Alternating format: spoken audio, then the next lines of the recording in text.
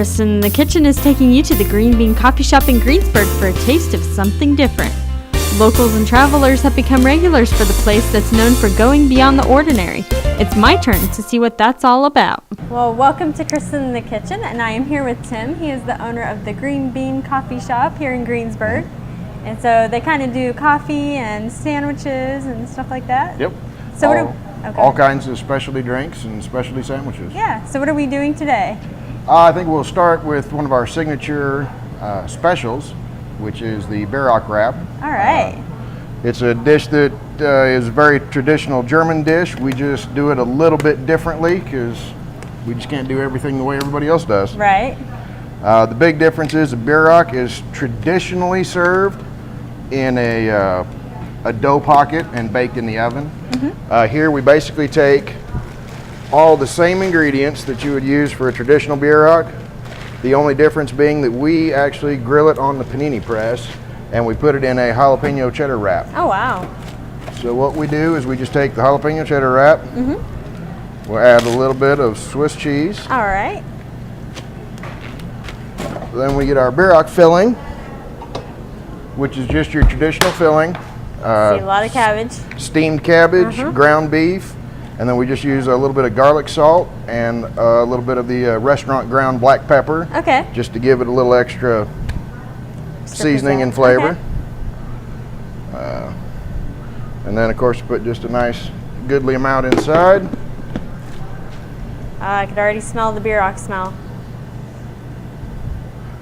And then we fold it up just like so and place it on our panini press. Hey, perfect. And then we grill it on the press for 3 to 4 minutes just to make sure we get it all nice and toasty and melty. Right. And it's ready to go. Hey, perfect. It's just the waiting game from there. From there on it is. How long do you keep it on the grill, did you say? 3 to 4 minutes. Okay. So not too bad. Basically because it's been refrigerated, we're just trying to get the ingredients back to good and hot. Right. And the longer you leave it on, the crispier that the tortilla gets, and you just can't go wrong with that. Perfect. Plus, one of the nice things I like about it is I can't really over grill it. Right. Anything between 3 and about 10 minutes, and it's perfect. wonderful. That's awesome. Some of the other things we could probably do while we're waiting, we could knock out another sandwich. One of them that we're really kind of famous for is our Reuben, but it's just a traditional Reuben. Right. There is really nothing special that we do about it. Right. A few of the sandwiches we do that are a little bit different. One of my personal favorites is the awesome melt that we do here, which basically is just wheat bread.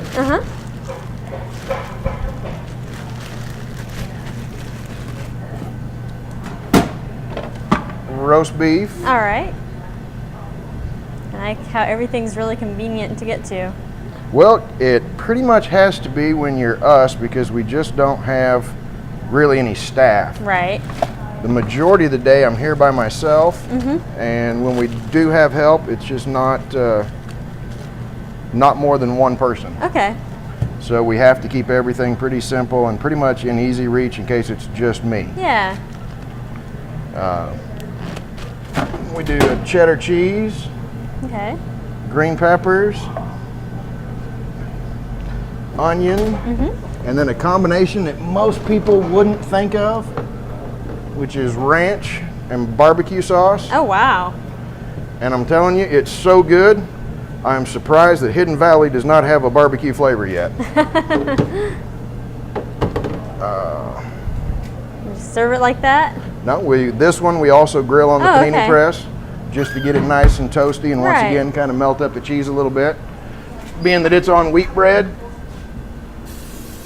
it's ready in just about 1.5 to 2 minutes. And is that just the butter spray that you put on there? Yeah, we use a canola oil here. Okay. Just trying a little less cholesterol, trying to be a little healthier. Hey, that's great.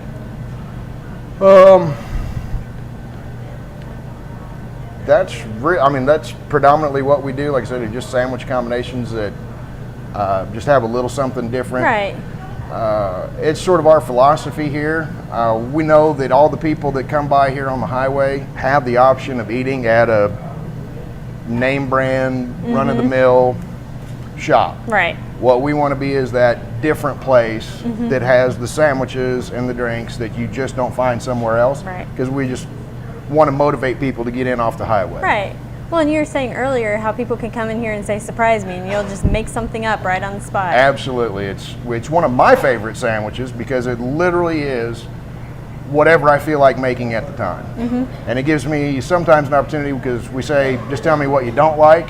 You can tell from those kind of flavors what somebody's into. Right. And try to tailor make it to them. Nothing makes me feel any better really than when we do a surprise sandwich and a person makes a point of coming up and telling me, wow, how really good that sandwich was. Plus it also gives me an opportunity to try out different things and get different opinions on flavors and stuff we may put on the board later. Right. That's really cool. So we do that, and then we also have several soups. It's getting warm enough now that we'll probably be getting rid of the soups this summer. Right. And then we replace those with my favorite drink that we kind of created here a little bit. It's more of our just take on the traditional Arnold Palmer, where we do a frozen blended sweet tea and lemonade concentrate, or like a smoothie. And it's, man, the hotter it gets, the better that tastes. Right. I can understand that. So, all right. Well, these sandwiches should be basically ready to take a look at. All right. Here we go. Wow.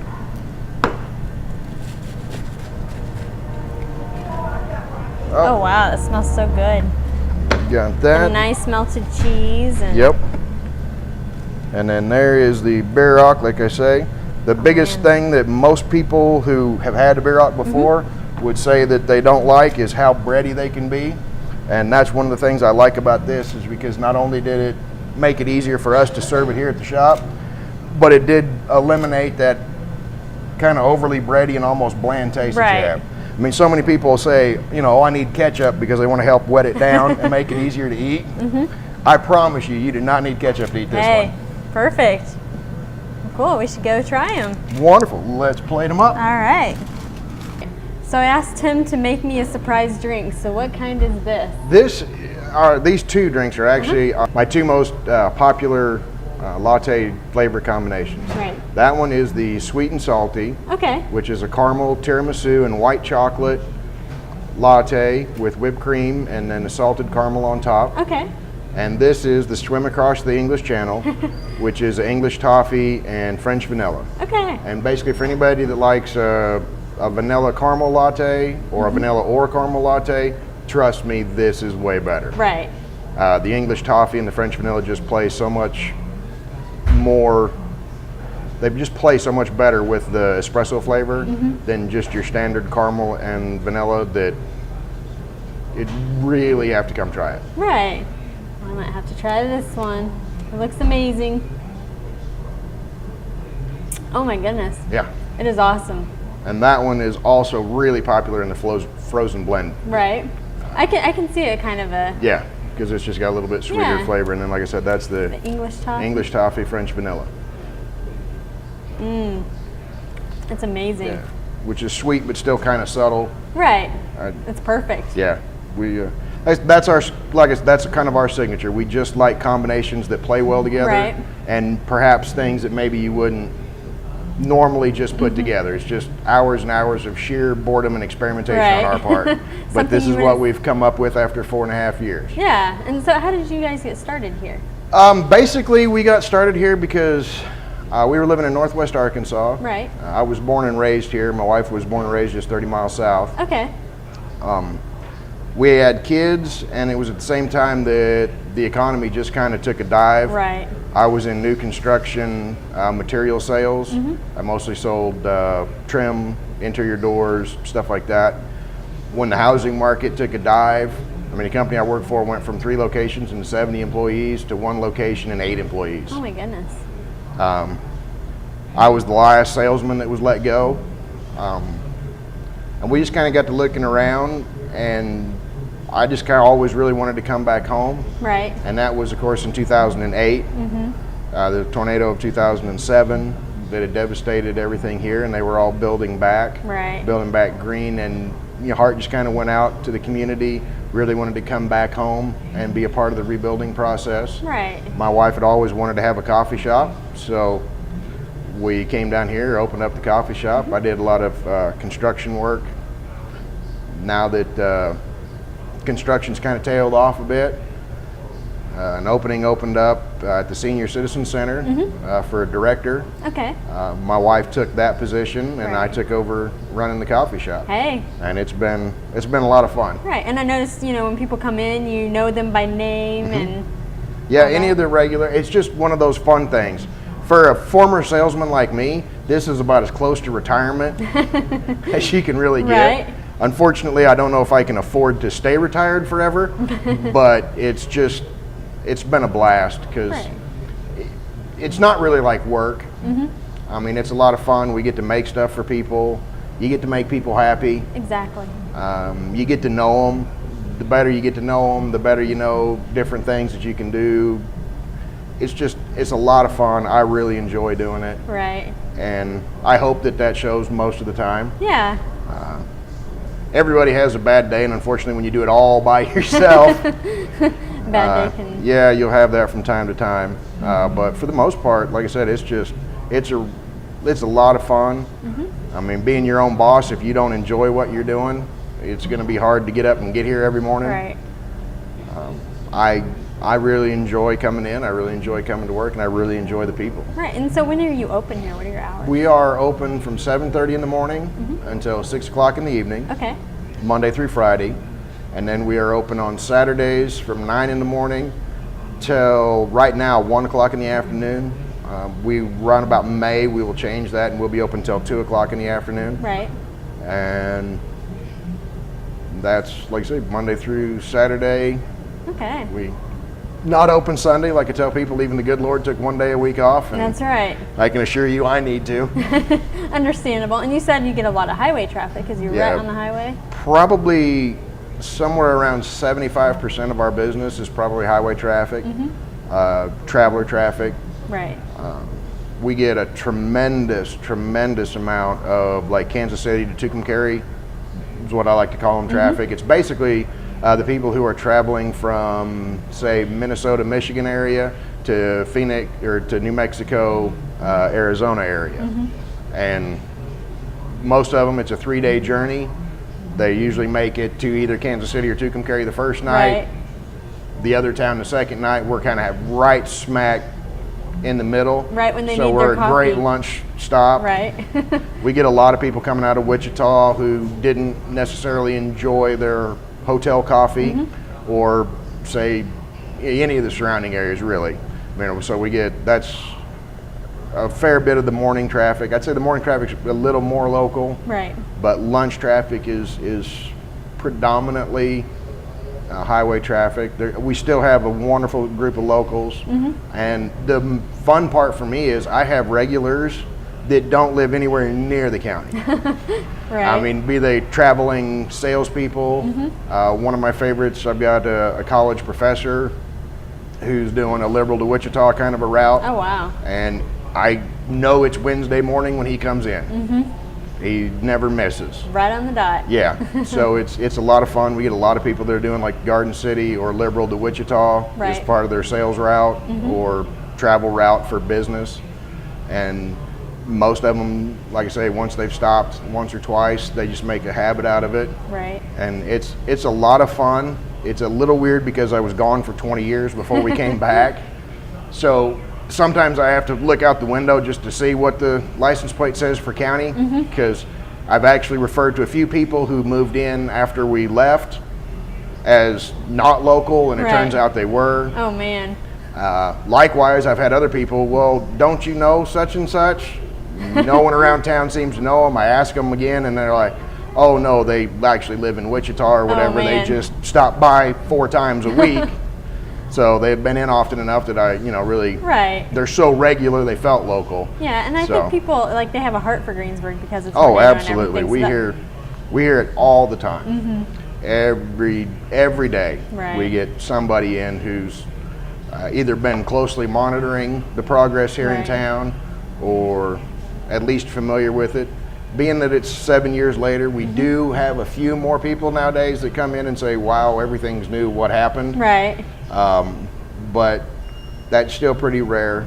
The majority of people, like I said, have, you know, a lot of our business are people who travel this road several times a year. So they're very familiar with Greensburg and its story, and they just want to check in and want to help out, and it's a great thing. And I mean, as you can imagine, those are some of the coolest people that you're going to meet, and it's great to get an opportunity to stop and talk to them. Right. Oh, cool. And so you made the Bierock wrap and then the awesome sandwich. Is that what it is? Awesome melt. Awesome. I might have to. Like awesome, except Oz, like Kansas for the land of Oz. That's awesome. Awesome. Might have to give it a try. I love Bierock, so this is like perfect. You can taste all the seasoning and the cabbage. And Yep. It is one of my favorite specials by far. And we'll see if this is awesome.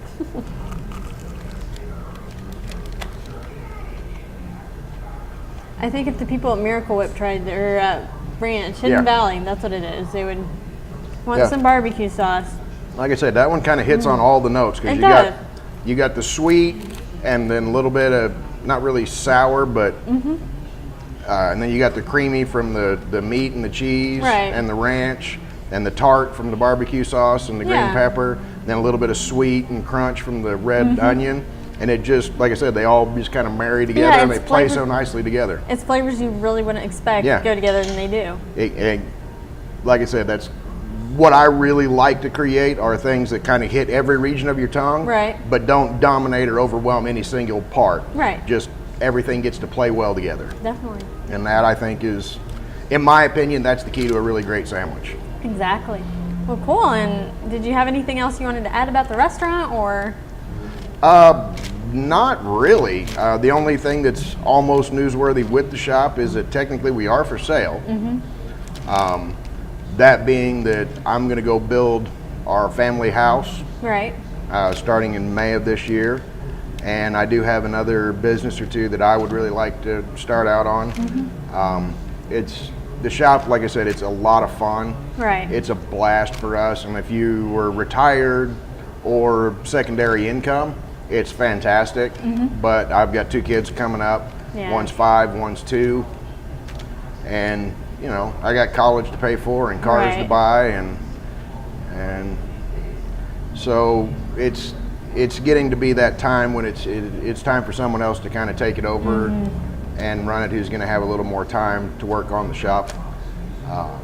It's been an absolute blast. We've loved every minute of it. And I wouldn't trade the shop or the experience for anything. But like I say, we do have other businesses that we'd like to give a spin to. And I don't know, I like creating new stuff. Obviously with all your sandwiches and drinks. That's kind of what does it for me. And you know, I've been running the shop for just over 2 years now, and it's time for me to go play somewhere else. It's time for a change. Well, but cool. I really do hope that someone does pick it up, and that's almost a contingency point for us, because we're not financially strapped. I don't have to sell the shop. It's just kind of time to sell the shop. And so hopefully we'll find somebody who's going to be a good fit for the shop. That's really as important to me as your checkbook is at this level. As silly as it is, but it's our baby, and we'd sure hate to see her go to a bad home. Well, if you're looking for a coffee shop, here you go. Come on and give it a try. And if you're just looking for a good cup of coffee or a great sandwich, stop on in. We got plenty of that. All right. Well, this concludes this episode of Kristen in the Kitchen, and we will see you next time.